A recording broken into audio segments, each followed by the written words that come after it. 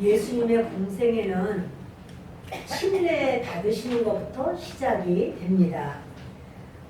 요한의 침례는 회개의 침례인데요. 요한이 사람들에게 이제 이렇게 천국이 갈 것 같다.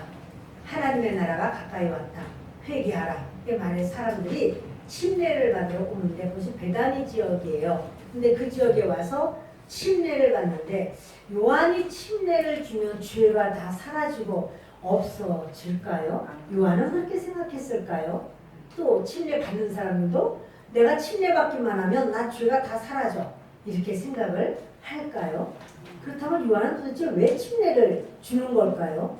그래서 우리 지난주에 말씀을 들을 때 바리새인들이 제사장들과 레위인을 보내서 당신이 누구냐 물어봤습니다. 그리스도요? 아니요. 그러면 엘리야요? 아니요. 그러면 그 선지자 모세가 말한 그 선지자요? 아니요. 그럼 도대체 왜 침례를 주는 거요? 물어보니까 이렇게 말해요. 나 뭐 때문에 침례 준다는 말을 안 하고 나는 물로 침례를 주고 있다 이래요.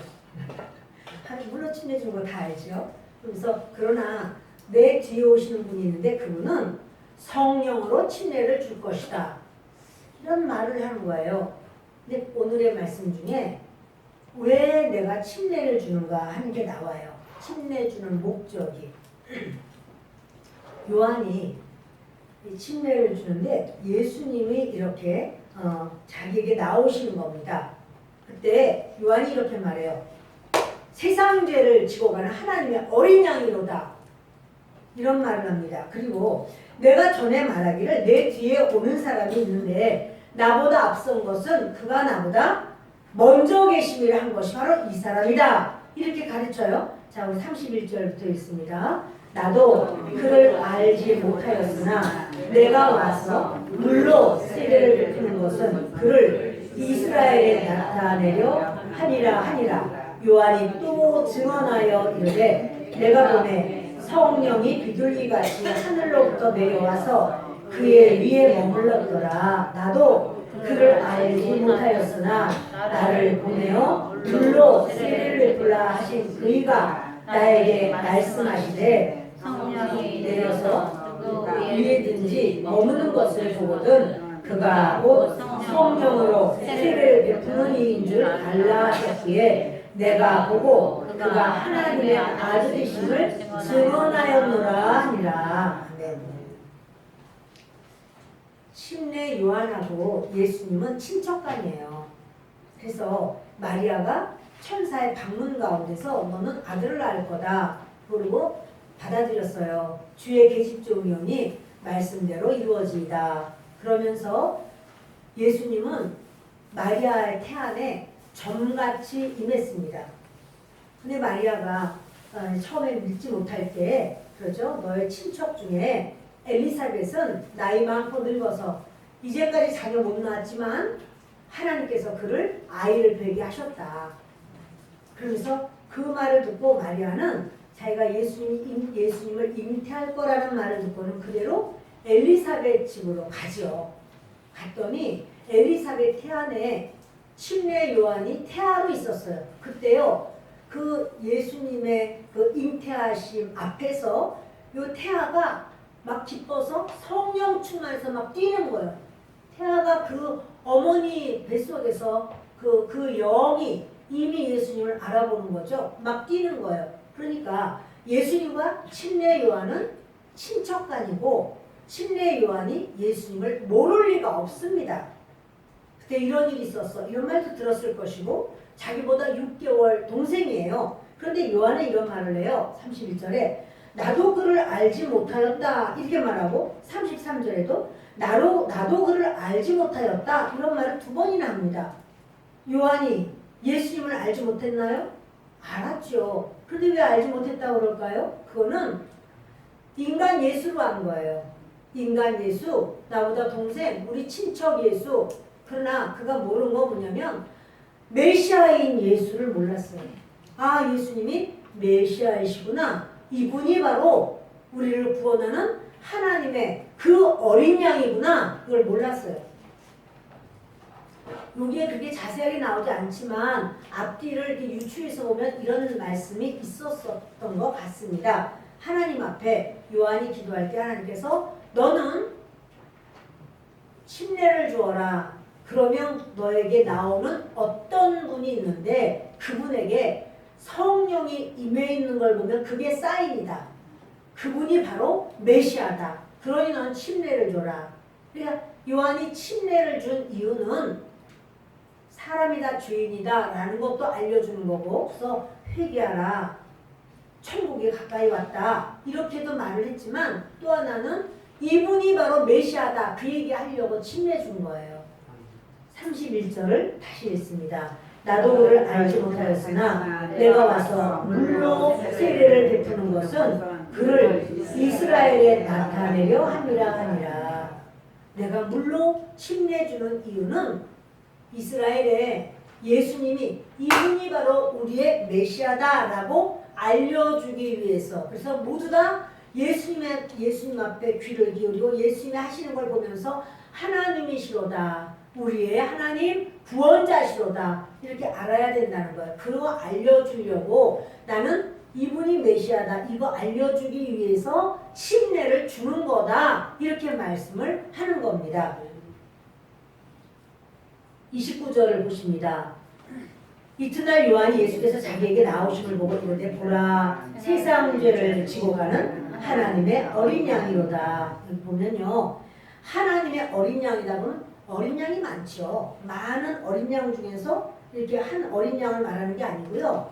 여기 빠졌어요. 이게 어린 양은 암노스라고 하는데요. 헬라어로. 이건 호 암노스 이렇게 돼 있어요. 호는 정관사예요. 그래서 그 어린 양이라 이런 말이에요. 그 어린 양이라는 거는 우리의 죄를 대신 짊어지는 그 어린 양. 그런데 그 어린 양은 바로 그 메시아라는 소리예요. 하나님께서 보내시기로 한 그 메시아다. 이런 말이에요. 그래서 요한이 이제 계속 침례를 줍니다. 그러면서 혹시 이분이 그분이실까? 메시아일까? 혹시 이분이 성령이 임하고 메시아일까? 그거를 생각하면서 계속 침례를 줍니다. 아닌 거예요. 사인이 없어요. 근데 이제 드디어 예수님이 오시는데 성령이 임하는 거죠. 요한이 너무나 기쁜 거예요. 그래서 마태복음 3장을 보면 그런 말이 나옵니다. 제가 당신께 가서 침례를 받아야 되는데 당신이 저에게 오셔서 침례받는다는 것은 이거는 아닙니다. 있을 수 없습니다. 이런 얘기예요. 그랬더니 예수님이 이렇게 침례하라고 이렇게 하는 것이 하나님의 의를 이루는 것이다. 이렇게 말씀해요. 하나님께서 원하시는 하나님의 뜻이라는 거죠. 그래서 침례 요한이 그 말씀에 순종을 해서 예수님을 침례를 줍니다. 그런데요. 예수님은 침례를 받으면서 공생애가 시작됐다고 제가 말씀했는데 예수님 안에는 우리의 모든 인간의 죄를 다 가지고 예수님이 이런 그 인간의 죄성을 예수님께서 끌어안으셨어요. 그리고는 물속으로 들어갑니다. 이렇게 죄인은 죽는 거고 예수님 다시 일어납니다.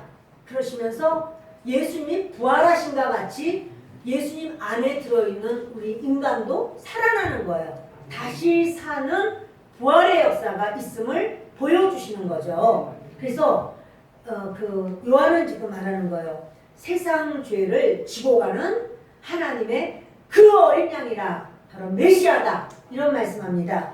30절에 내가 전에 말하기를 내 뒤에 오는 사람이 있는데 나보다 앞선 것은 그가 나보다 먼저 계심이란 것이 이 사람을 가리킴이라. 요한은 계속 와서 누구를 얘기하는 예수님을 말했어요. 예수님에 대해서 이제 그분이 오신다. 우리 죄를 지고 가시는 바로 하나님의 그 어린 양이시고 그분이 바로 메시아다. 나는 그분의 신들매를 풀 수도 없는 그런 자다라는 이야기를 요한은 했습니다. 근데 이분이라고 막 이렇게 이제 사람들에게 말하는 거예요. 그래서 나도 그를 알지 못했으나 인간적으로는 알았어요. 그렇지만 인간적으로 안 것을 하나님은 안다고 말씀하지 않아요. 예수님이 메시아인 걸 알 때 안다고 말을 해요.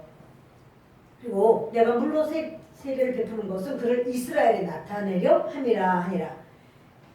요한이 말하기를 성령이 내가 보니까 성령이 비둘기같이 하늘로부터 내려와서 그 위에 머물렀더라. 나도 그를 알지 못했으나 그동안은 동생으로만 알았고 친척으로만 알았고 뭐 하여튼 인간으로 같은 이스라엘 사람으로 알았고 했지만 그거는 진짜 아는 게 아니에요. 나 이분이 메시아인 줄 몰랐어. 근데 나를 보내어 물로 세례를 베풀라 하신 그분, 그 주님이 그 하나님이 이제 말하기를 너 누구든지 성령이 내려서 누군가 그 위에 임하면 그분이 바로 성령으로 침례를 베푸실 메시아야. 이렇게 말씀을 미리 그것을 다 알고 가서 침례를 베푸는 거예요. 침례 요한은. 그래서 내가 보고 그가 하나님의 아들이심을 증언하였노라 이렇게 말해요. 자 35절을 읽습니다. 또 이튿날 요한이 자기 제자 중 두 사람과 함께 섰다가 예수께서 거니심을 보고 말하되 보라 하나님의 어린 양이로다. 요한이요 제자가 많죠. 요한을 굉장한 그런 성자로 여겼고 그래서 많은 사람이 모여왔습니다. 그런데 자기 제자 중에 두 사람이 같이 있었어요. 굉장히 수제자급 되는 제자일 거로 보입니다. 다른 사람은 이제 없는데 이 두 사람은 계속 있는 거예요. 근데 그 두 제자가 있는데 마침 거기 예수님이 지나가시는 거예요. 그때 요한이 이런 말합니다. 보라 하나님의 어린 양이로다. 저분이야 바로 저분이 내가 말씀하려는 바로 그분이잖아. 얘기를 하는 거예요. 제자들에게 37절 두 제자가 그의 말을 듣고 예수를 따르거늘 예수께서 돌이켜 그 따르는 것을 보시고 물어 이르시되 무엇을 구하느냐 이르되 랍비여 어디 계시오니까 하니 랍비는 번역하면 선생이라. 아멘. 두 제자가요 그 요한의 말을 들었어요. 너희들 나를 따르지만 나는 표지판이야. 안내 표시야. 저분에게 가야 돼. 모든 사람은 저분을 믿어야 돼. 저분이 우리 죄를 용서해 주시고 부활하실 바로 그분이야. 이제 요한은 이렇게 표지판이라는 거예요. 그러니까 제자들이 그러면 선생님 우리가 선생님 따르기를 원합니까? 저분을 따르기를 원하십니까? 당연히 예수님을 따라야지. 그러니까 제자들이 그러면 선생님 그동안 감사했습니다. 안녕히 계세요. 하는 거예요. 사람은요 먹고 살만하면 영광을 추구해요. 누구나 영광을 누구에게든지 영광 얻기를 원해요. 그런데 저분이 하나님의 아들이시고 메시아다 이렇게 말하는 거는 성령이 가르쳐 주셔서 그것도 아무나 하는 건 아니지만 아무튼 말하기가 쉽지만 내 제자들에게 나를 그만 따르고 저분에게 가라 이 말하는 거는 쉬울까요? 이제 나 따르지 마. 저 이분이 바로 주인공이야. 그러니 너희들은 다 나를 따르지 말고 저분 저 예수님을 따라가거라. 이렇게 말하는 것은 어려울 거예요. 자기의 영광이 더 없어져. 제자들 그렇게 좋다고 따라오던 그 모든 제자들의 지금 두 명이 자기 옆에 있다가 가장 수제자일 것 같은데 요 두 사람이 그대로 예수님께 가버렸어요. 그래서 그 예수님을 졸졸졸 따릅니다. 예수님께서 말씀하시기를 무엇을 구하느냐? 너희가 내게 왜 왔느냐? 이런 말이에요. 무엇을 구하느냐? 그랬더니 랍비여 분명히 메시아라고 그랬지만 아직 메시아로는 안 믿어져요. 그냥 선생님 이쪽 선생님한테 배웠는데 이 선생님이 이쪽으로 가래서 이쪽 선생님이라고 선생님 이러면서 어디 계십니까? 이렇게 물어요. 그러니까 어디 사세요? 그렇게 하는 것 같아요. 그게 아니라 선생님 우리는 당신을 구합니다. 너 무엇을 구하느냐? 당신을 구합니다. 이러는 거예요. 39절에 예수께서 와서 보라. 그러므로 그들이 가서 계신 데를 보고 그날 함께 거하니 때가 10시쯤 되었더라. 이제 말을 하는데요. 선생님 어디 계시옵니까? 이제 우리는 선생님을 구합니다. 이렇게 말할 때 예수님이 와서 보라 이랬는데요. 오라 보라 이 말이거든요. 오라 하는 말은 현재형이에요. 오라 보라 라는 말은요 미래형이에요. 그러니까 오면 보게 될 것이다. 너희가 내게 오면 내가 누군지 보게 될 것이다. 이런 말이에요.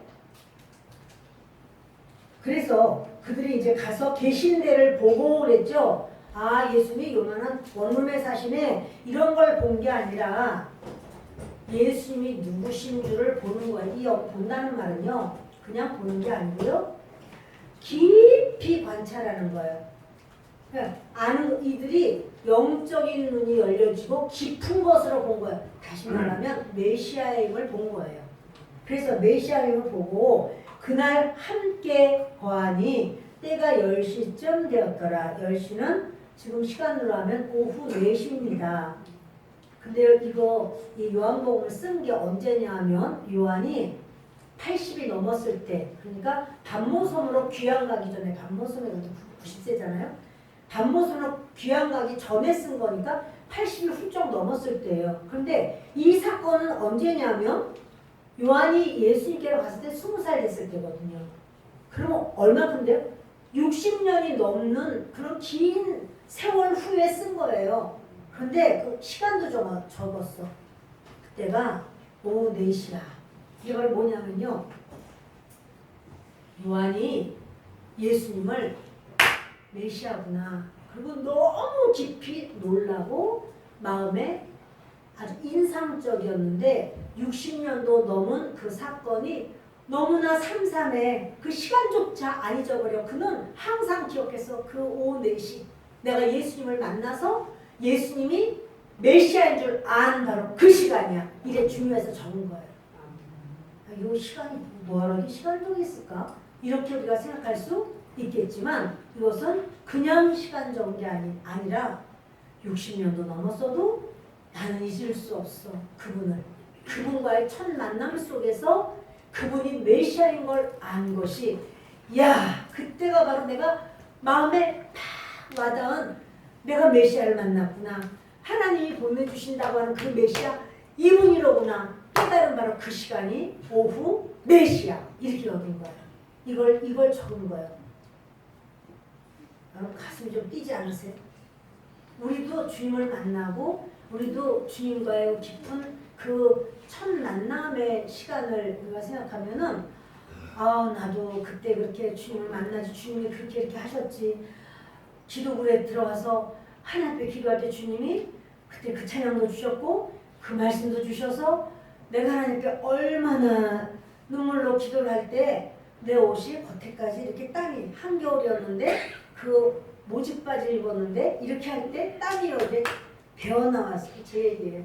그랬어. 이게 안 잊어버린다고요. 처음 내가 예수님을 만나고 기도원으로 갔을 때 그 성령께서 내게 임하시고 온몸이 불덩어리 같이 뜨거워지고 이걸 이렇게 속에 내복까지 입었는데 내복에 그 두꺼운 모직바지를 입었는데 그걸 기도를 하다가 이렇게 했더니 손에 땀이 이렇게 쫙 묻어나는 거예요. 안 잊어버려요 그거. 그것처럼 요한이 그 시간 60년이 넘은 그 후에 이걸 적으면서 때가 오후 4시였어. 그때 나는 그분의 계신 걸 보았지. 그분의 계신 걸 본 거는 그분이 여기서 사는구나 이거 아니라고요. 이분이 메시아야.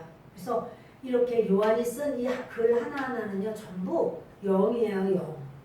이 말씀이 영이에요. 40절을 보십니다. 요한의 말을 듣고 예수를 따르는 두 사람 중에 하나는 시몬 베드로의 형제 안드레라. 그 요한의 제자로 2명이 있다가 예수님을 보고 요한이 증언하는 말을 듣고 선생님 그럼 저희가 저쪽으로 가겠습니다. 안녕히 계세요. 그리고 갔는데 그 두 사람 중에 한 사람의 이름이 뭐라고요? 안드레예요. 또 한 사람은 누구죠? 제가 말씀드릴게요. 한 사람은 안드레인데 또 한 사람은 사도 요한이다 라고 생각해요. 사도 요한. 요한은 자기가 이거 쓰잖아요. 근데 자기 이름을 잘 안 밝혀요. 그래서 사랑하는 자가 뭐 이런 식으로 자기 이름을 요한이 이렇게 안 쓰고 사랑하는 자가 뭐 이런 식으로 다 쓰기도 하고 조금 이따 보면은 이거 맞겠다 그런 생각이 드실 겁니다. 많은 학자들이 또한 요한이라고 말합니다. 요한의 말을 듣고 이 앞에 요한은 누구냐면 침례 요한. 침례 요한의 말을 듣고 예수님을 따르는 두 사람 중에 한 사람은 시몬 베드로의 형제 안드레입니다. 계속 읽습니다. 그가 먼저 자기의 형제 시몬을 찾아 말하되 우리가 메시아를 만났다 하고 메시아는 번역하면 그리스도라. 데리고 예수께로 오니 예수께서 보시고 이르시되 내가 요한의 아들 시몬이니 장차 게바라 하리라 하시니라. 게바는 번역하면 베드로라. 아멘.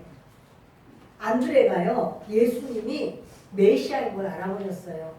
요한도 메시아인 걸 알고 그 시간이 오 메시아 이렇게까지 적었지만 안드레도 이분이 바로 메시아잖아. 그래서 자기 형 베드로에게 가요. 근데 예수님을 만난 자리는 어디냐? 베다니예요. 베다니에 그 침례 주던 자리고 거기서 만났고 베드로가 사는 곳은 어디? 벳세다예요.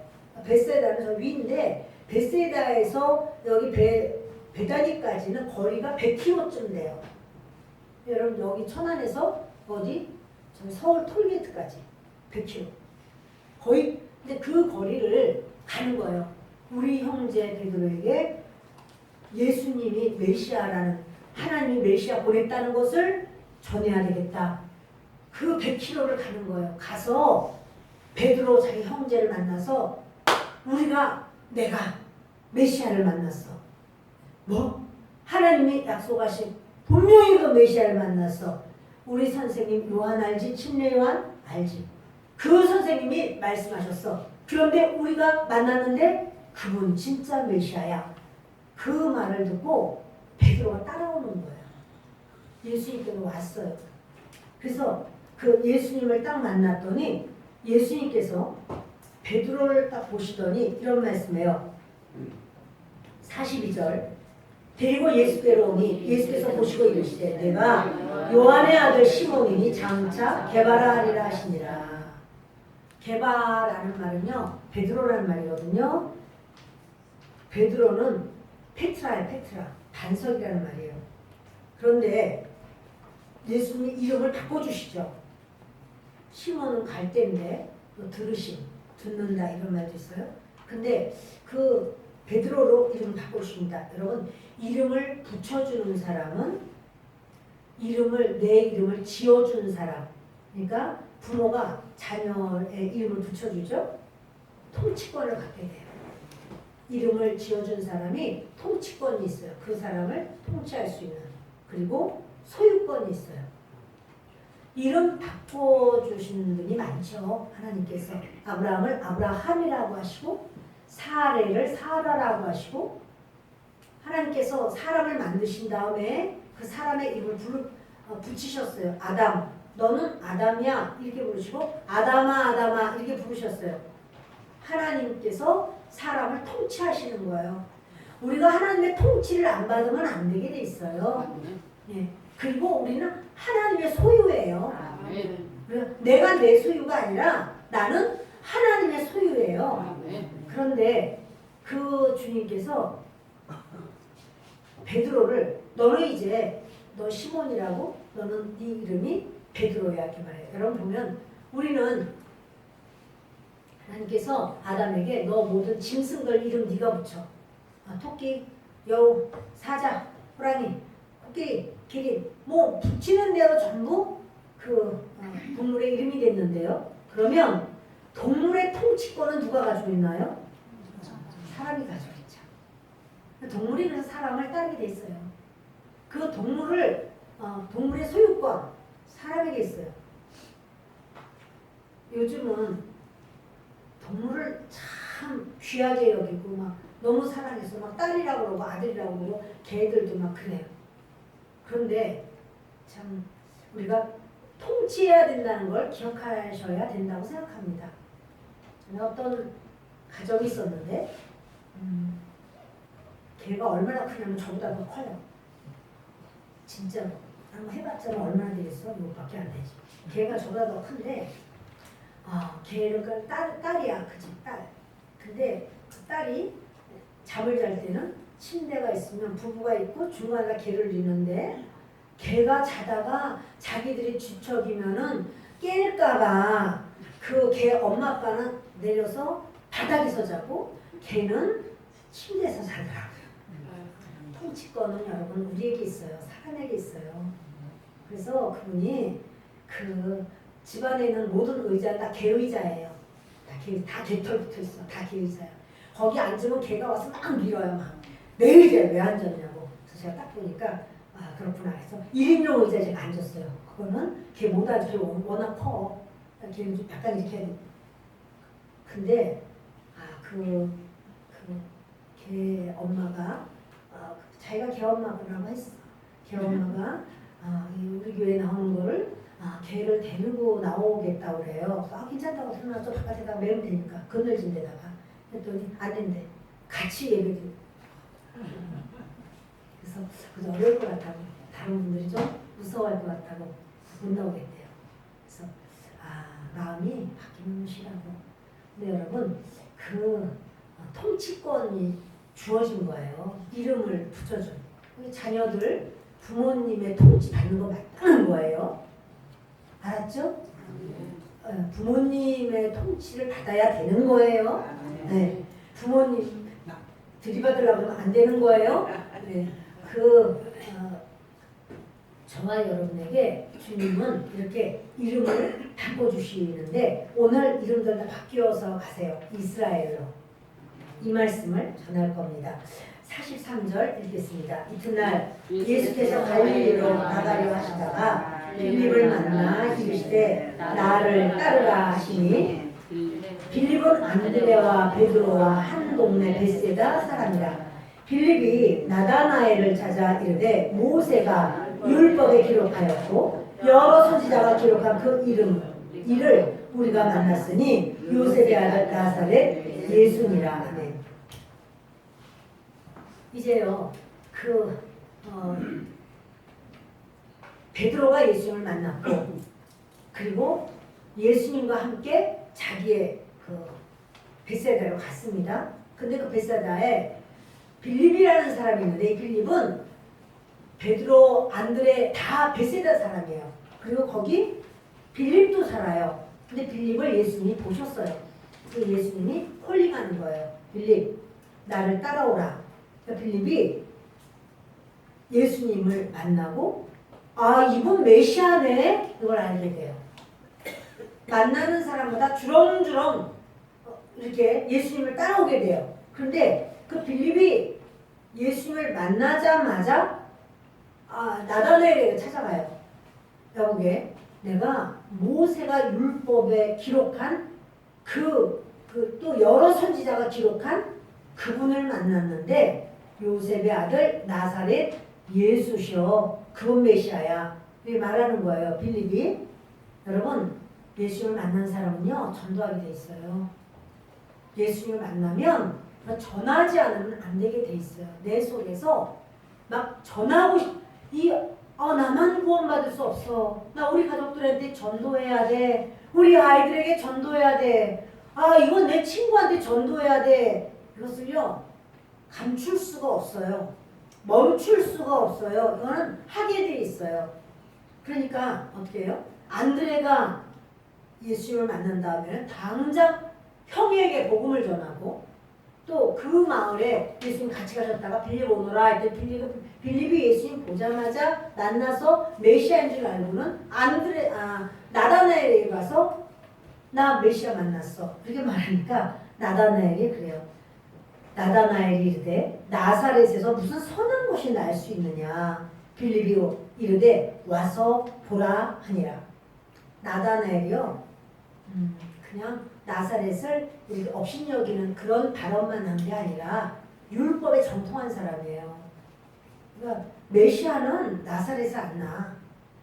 유대 땅 베들레헴에서 나는데 어떻게 나사렛에 있는 예수가 메시아일 수가 있나 이렇게 여기는 거예요. 그러니까 그 부분도 알고 있고 이 사람 나다나엘이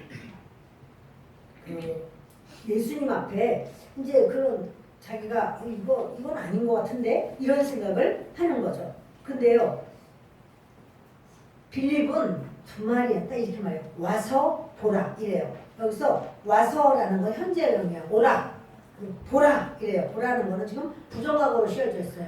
그 뭐냐면 한 번만 와봐 그런 말이에요. 딱 한 번만 와봐. 이렇게 말을 하니까 나다나엘이 예수님께 오죠. 자 47절부터 읽겠습니다. 예수께서 나다나엘이 자기에게 오는 것을 보시고 그를 가리켜 이르시되 보라 이는 참으로 이스라엘 사람이라 그 속에 간사한 것이 없도다.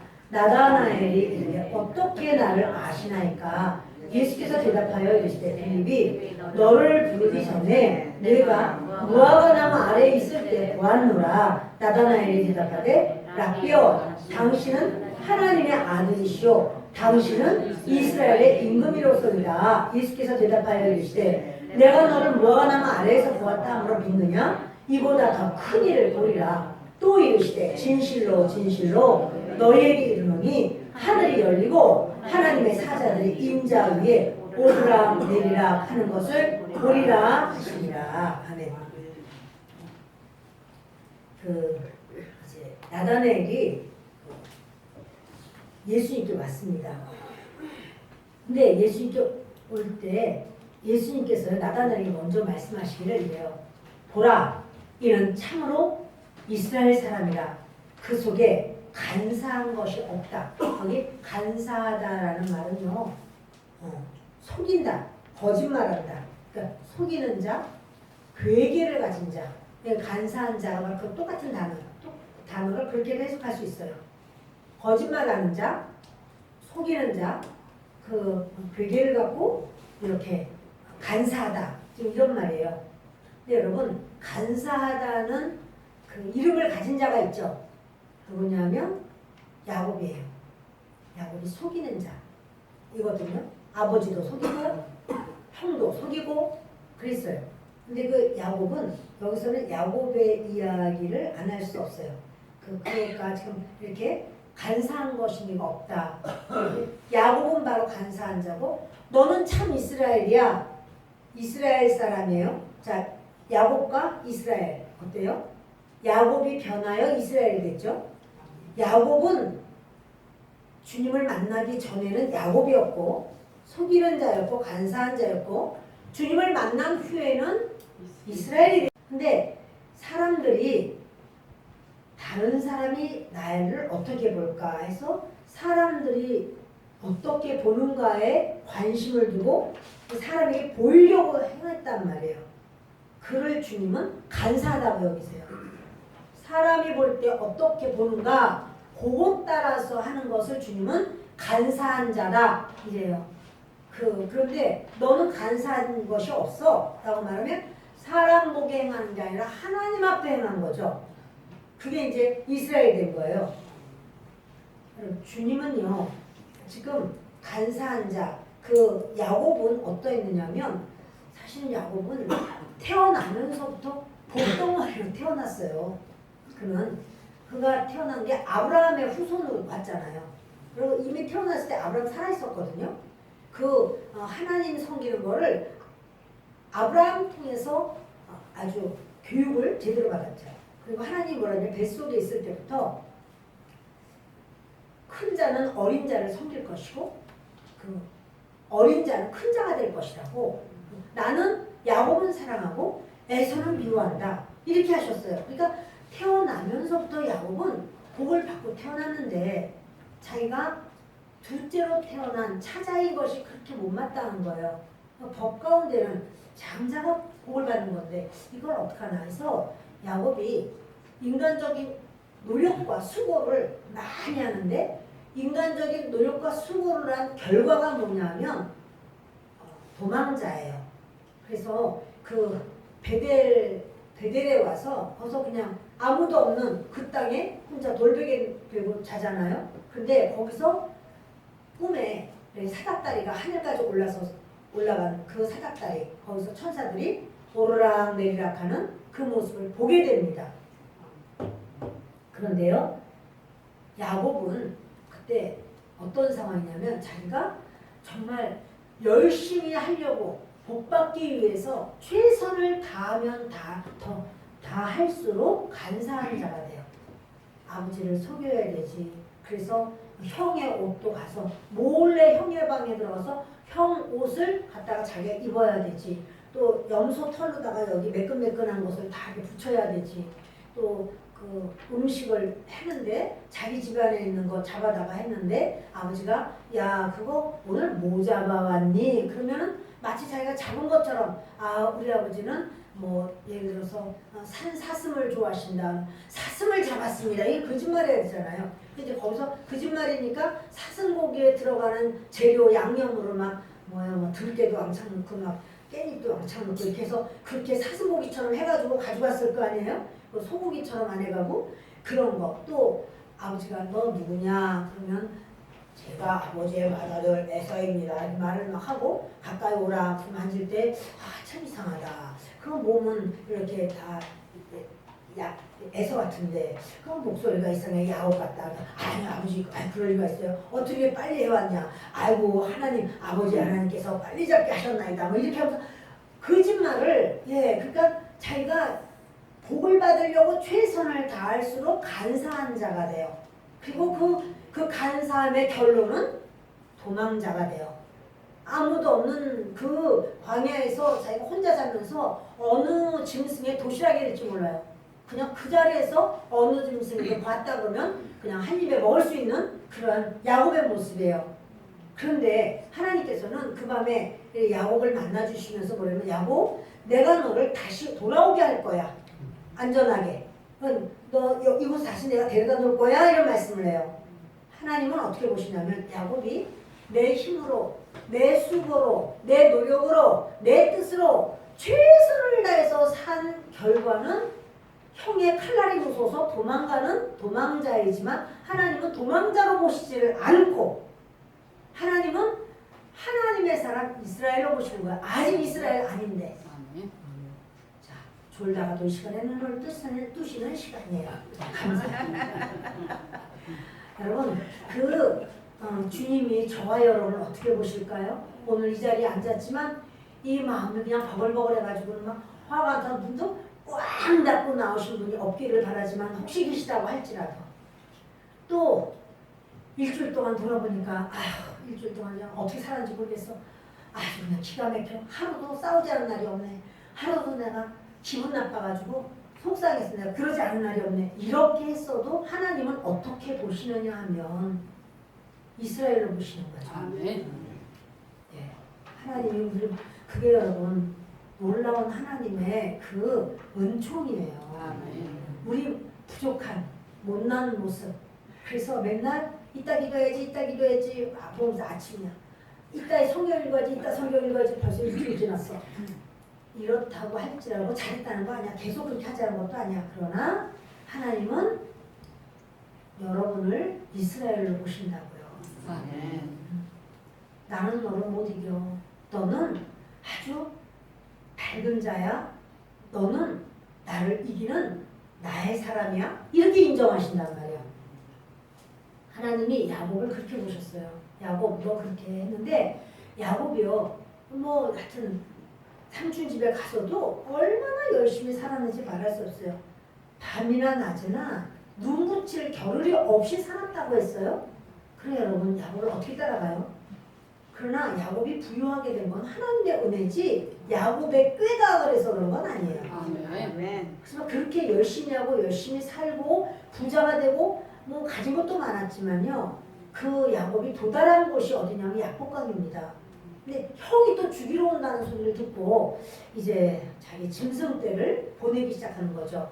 가장 작은 것처럼 보이는 선물부터 시작해서 이제 점점 크고 깜짝 놀라는 걸로다가 해서 보내주고 그리고는 거기 하인들도 보내고 하인의 식구들도 다 보내고 이제 덜 사랑하는 자들부터 보내기 시작해서 라헬과 요셉까지 다 보내버렸어요. 자기는 안 가.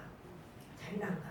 나는 이제 상황을 보면서 요 상황 속에서 내가 도망가야 되니까 이렇게 야곱의 그 간사함이 그걸 달합니다. 그런데요, 그때 천사가 와서 이제 밤새 야곱에게 싸움을 거는 거예요. 야곱이 싸움하려고 하는 거 아니에요. 씨름이라 했지만 싸움입니다.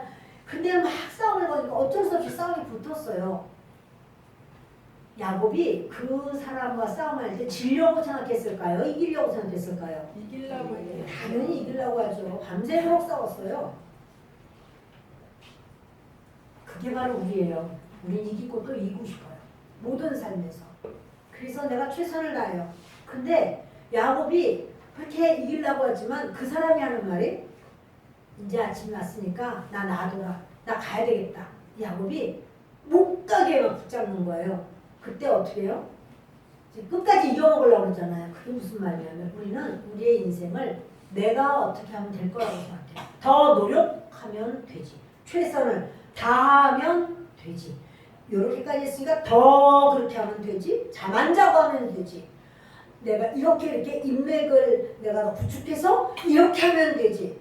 바벨탑을 쌓듯이. 그러나 하나님께서 이제 그때 되었을 때 하나님께서 그냥 환도뼈를 쳐버려요. 아작이 나요. 그리고 난 다음에 야곱이요. 이제는 어떻게 도망가지도 못하고 어떻게 할 수 없어요. 붙잡는 거죠. 나는 당신이 복을 주지 않으면 안 됩니다. 은혜 아니면 안 됩니다. 내 이 다리로 나는 가지도 못합니다. 어떻게 하겠습니까? 이게 바로 이스라엘이에요.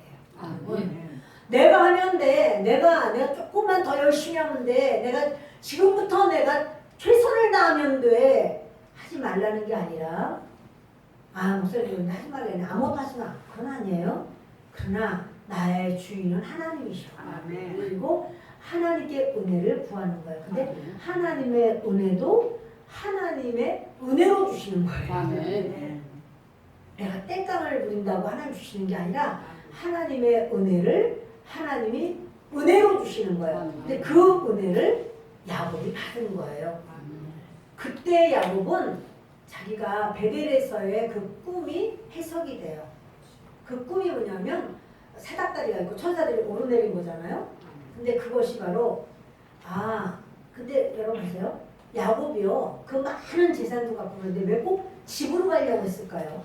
자기 집으로. 아버지한테 그 아버지도 부자니까 이삭이 거부가 됐다고 했잖아요. 거부니까 그 재산 상속받으려고 가려고 했겠죠? 그게 아니에요. 그게 아니라 야곱은요 재산 상속 못 받아요. 형이 다 가져버렸어요. 야곱은요 그 간 이유가 뭐냐면 하나님은 약속의 땅에 있을 때 바로 복의 사람이 되거든요. 아멘. 그 약속의 땅을 벗어나면 안 돼. 약속의 땅에만 있어야 돼. 이거 약속의 땅이 어디냐면 자기 집, 아버지가 있는 곳, 아브라함이 살던 곳, 그곳으로 가야 되는 거예요. 그래서 그 약속의 땅을 찾아서 가려고 하니까 안 그러면 형이 지금 죽이려고 딴 데로 가면 되잖아요. 다른 데로.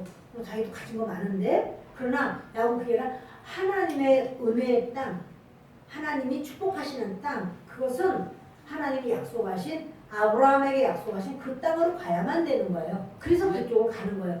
그런데요, 이제 그 씨름을 하면서 환도뼈를 맞고 그러면서 이름을 하나님 바꿔줘요. 너 이제 간사한 자 아니야. 너 이스라엘이야.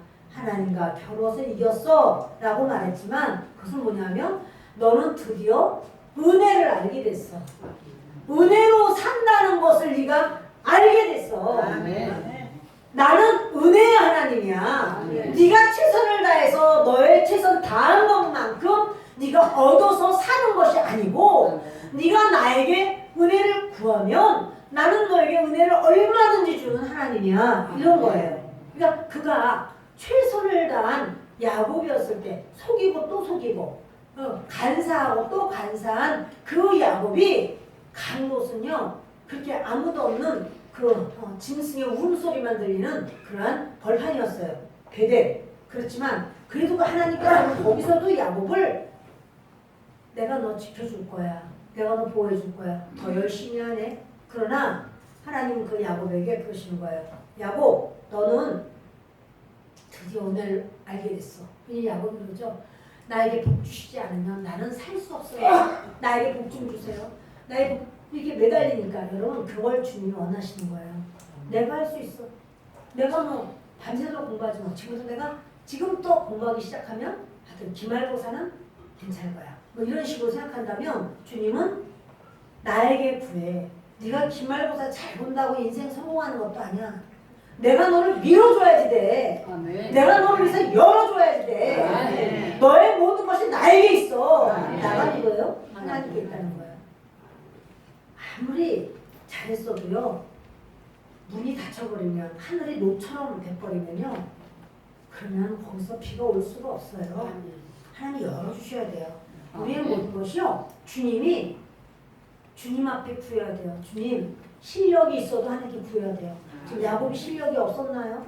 이렇게 무에서 유를 창조하신 하나님처럼 그동안 최선을 내서 다른 사람들이 막 야곱은 아우 실력자야. 그 외삼촌조차도 이야 정말 야곱 때문에 우리가 부자 됐어. 다 인정했어요. 그러나 그의 거기까지는 아직도 야곱이에요. 그렇지만 이제 그가 그 주님께서 야곱을 보시면서 너는 이스라엘이야 이렇게 했을 때 야곱이 뭘 보냐면요.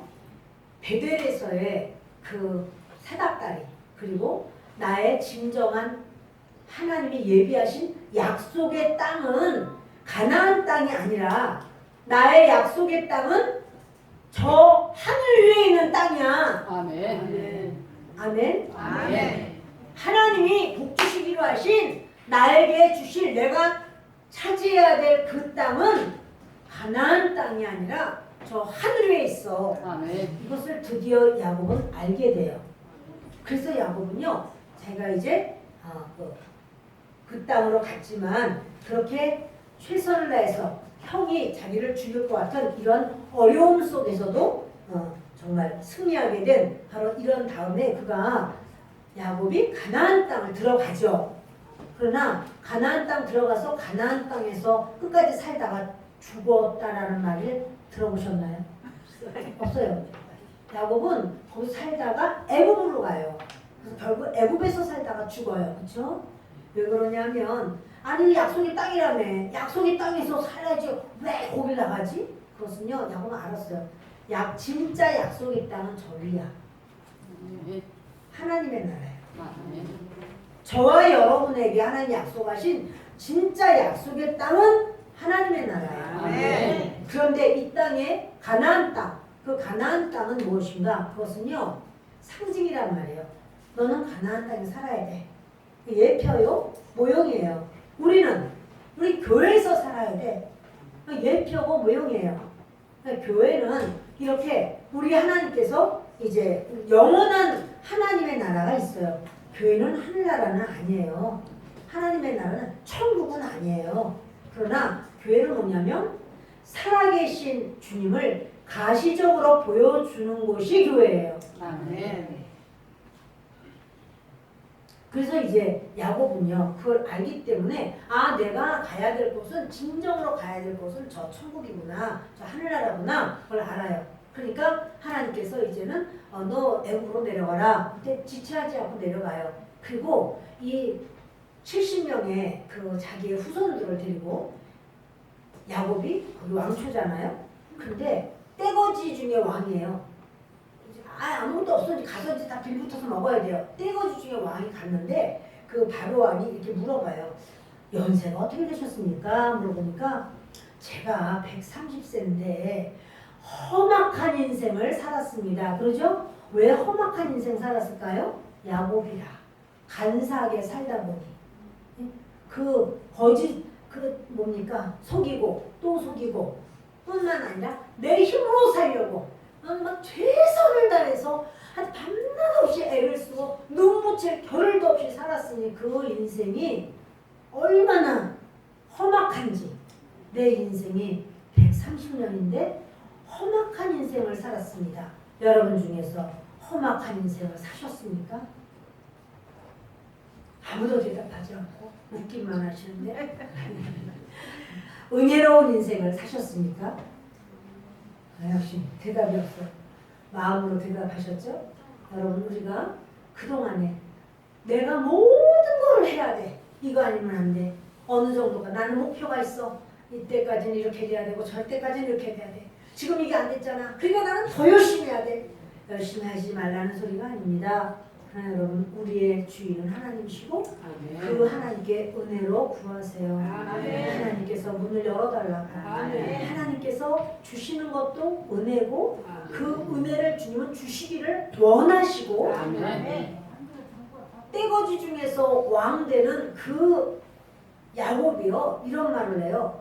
바로 왕이요 내가 당신을 축복하겠습니다 하고 축복 기도를 해줘. 자, 바로 왕은 복을 못 받은 자인가요? 아니 그 큰 나라 그 시대에 엄청난 모든 권세면 권세, 명예면 명예, 물질이면 물질, 모든 소유, 노예도 많고 그러는 바로 왕이 뭐가 부족해서 떼거지 왕초한테 자기가 뭡니까 복 빌음을 받습니까? 그러나 여러분 야곱은요 자기가 은혜로 하나님을 안 다음에는 권세가 안 무서워요. 그리고 바로 왕이 가진 게 아무것도 아니야. 바로 왕은 하나님의 나라와 연결이 안 돼 있잖아요. 내가 당신을 위해서 축복하겠습니다. 그 말이 나오는 거예요. 목사님이 뭐 가진 것도 별로 없는데 거기 가서 축복기도 받는다고 목사님이나 좀 뭐 집안체가 좀 있든지 어떻게 해야 되는 거 아니야? 이렇게 생각하실지도 모르겠습니다. 자꾸 막 너무 크게 웃는 분은 그런 분일지 몰라. 근데 여러분 그거는 육의 눈으로 봐서 그런 거죠. 아까도 그랬잖아요. 보라 라고 말하는 건 그냥 보는 게 아니거든요. 꿰뚫게 보는 거예요. 그 영으로 보는 거란 말이에요. 그렇듯이 영으로 보면 이제 목회자도 그렇고 여러분들도 그렇고 여러분도 안 믿는 자에게 저 집은 뭐 배운 것도 많고 뭐 자식들도 다 잘 되는데 우리는 지금 사수 오수에도 맨날 떨어지고 이 집은 가진 것도 많은데 우리는 자전거 타고 가고 있는데 무슨 복을 빌어줘? 복 빌어줘야 돼? 안 빌어줘야 돼요? 봐봐 말이 벌써 힘이 없잖아. 이게 아니라고. 우리는 복 빌어줄 수 있어요. 아멘. 우리는 하나님께서 우리를 밀어주시고 은혜로 여러분 인생은요 은혜로 살아요. 아멘. 하나님께서 우리에게 주신 것은 은혜예요. 야곱 가지고는 안 돼요. 아까 주님이 그러시는 거죠. 야곱 가지고 안 돼. 너무 길겠네. 저는 항상 짧게 하고 싶어 하는 사람인데 하여튼 그래도 한마디만 더 하고 가야 돼요. 나다나엘에게 예수님이 이런 말이에요. 네가 무화과 나무 아래에 있을 때 내가 보았어. 이 나다나엘이 무화과 나무 아래에서 하나님의 은혜를 보았다고 저는 생각하는 거예요. 아멘. 그러니까 무화과 나무는 잎사귀가 크잖아요. 그러니까 그 이스라엘에서는 무화과 나무 아래에서 랍비들이 이렇게 설파를 많이 해요. 그러니까 그런 말씀을 들으려고 무화과 그늘이니까 거기 한단 말이에요. 그런데 그 무화과 나무 아래에서 아마도 이 나다나엘이 기도를 했던 것 같은데요. 그런데 기도를 하면서 뭘 하냐면 하나님은 은혜의 하나님이시다라는 것을 아는 거예요. 그러니까 내 힘으로가 아니라 이건 아니었구나. 하나님은 은혜의 하나님이구나. 그랬을 때 예수님이 네가 무화과나무 아래에 있을 때 내가 너를 봤는데 네 속에 간사한 것이 없어. 네 힘으로 승리할 수 있다고 생각하는 거 그게 없어. 너는 간사한 자가 아니고 너는 바로 그 은혜의 사람이야 라고 말씀을 하는 거예요. 여러분 이렇게 그러면서 예수님 51절 같이 읽습니다. 또 이르시되 진실로 진실로 너희에게 이르노니 하늘이 열리고 하나님의 사자들이 인자 위에 오르락 내리락 하는 것을 보리라 하십니다. 이제 예수님 말씀하시는 것은 야곱이 베델 평지에 누워 있을 때 그럴 때 사닥다리가 있고 천사들이 오르락 내리락 했습니다. 그렇죠? 근데 이제 야곱 아니야. 너희들은 야곱 자리에 예수님이야. 예수님. 근데 위에 그 사닥다리 필요 없어. 예수님 자신이 하나님과 우리를 잇는 사닥다리니까. 그래서 예수님으로 말미암아 오르락 내리락 하는 그 놀라운 은혜. 그 은혜가 너 그걸 보게 될 거야 이렇게 말하는 거예요. 여러분 이해가 되세요? 안 되시구나. 야곱은 뭐냐면 내 힘으로 하는 자였거든요. 내 힘으로 하기 때문에 내가 하여튼 다 총동원해야 돼. 모든 걸 다 총동원해야 돼요. 그런데 야곱 아니야. 너는 간사한 자가 아니고 은혜의 사람인 걸 너가 알아. 은혜를 알았지? 그런데 바로 그 은혜가 나로부터, 예수님으로부터. 야곱의 자리가 아니라 예수님이 바로 이제는 사닥다리 필요 없어. 예수님 위에 사닥다리 필요 없어. 예수님을 통해서 모든 것이 오르내리는 것. 예수님으로 인하여 모든 좋은 것이 이렇게 오르내리는 것. 아멘? 아멘. 제가 막 강요하는 거 아니죠? 예수님으로 말미암아. 여러분 야곱 가지고 안 돼요. 야곱 뭐냐면 내 힘으로 모든 걸 하려고 하는 자연인 나란 말이에요. 자연인 나. 근데 예수님 믿어요 하지만 그래도 내 힘의 모든 원천이, 힘의 원천이 나에게 있다고 생각하는 사람 야곱이에요 아직. 그런데 주님은 야곱 가지고 안 돼. 너 나야. 나로 말미암아 오르내리는 것을 네가 보게 될 거야. 이렇게 말씀하는 거예요. 말씀을 마칩니다. 저와 여러분에게 우리 주님은 언약을 하셨는데 우리 중에 어떤 분은 아주 지혜도 뛰어나고 소유도 많고 생기기도 아주 잘생기시고 이런 것도 있고 그러나 그런 것 가지고 우리가 이렇게 하나님의 은혜를 받느냐 못 받느냐 하는 건 없어요. 내 어떤 정말 수고와 애씀과 뭐가 많아서 하나님의 은혜를 받고 그 하나님의 나라에 들어가는다는 거 아니에요. 하나님의 은혜로 하는 거예요. 내가 다른 사람같이 힘이 있지도 않아도 연약해도 부족해도 그과 상관없이 하나님 아니면 안 됩니다. 마치 환도뼈가 다 부서진 야곱처럼 그때는 이제 야곱은 자기가 어떻게 해보려고 하는 거 자기 꾀를 다 내려놔요. 나를 복 주세요. 복 주시면 제가 살고 복을 안 주시면 나는 못 삽니다. 배롱배롱 매달릴 때 너는 이름이 이스라엘이야. 이렇게 말해요. 오늘의 제목은 참 이스라엘 사람이야. 너는 참 이스라엘 사람이다. 이렇게 그 나다나엘에게 이 말을 했는데 바로 이것은 저와 여러분이 하나님께 들어야 될 그런 단어입니다.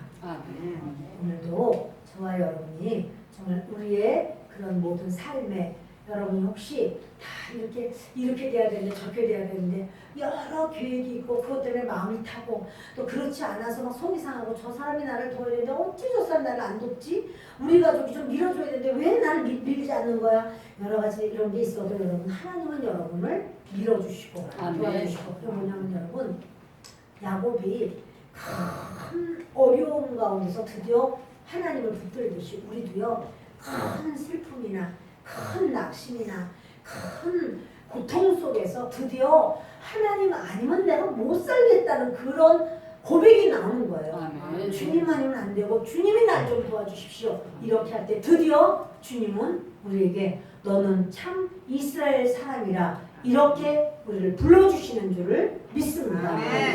아멘. 그럼 이제 지금부터 우리는 큰 고난을 달라고 기도해야 될까요? 큰 낙심을 달라고? 그건 아니고 주님께서 사람이 그때쯤 됐을 때는 이제는 나는 모든 걸 할 수 없구나 하고 주님을 부르겠지만 여러분 우리가 날마다 우리의 연약함을 본다면 날마다 우리는 그 주님을 부르실 줄을 믿습니다. 그래서 주님 앞에 그런 참 이스라엘 사람이야 이 역사가 우리 모두에게 있기를 바랍니다.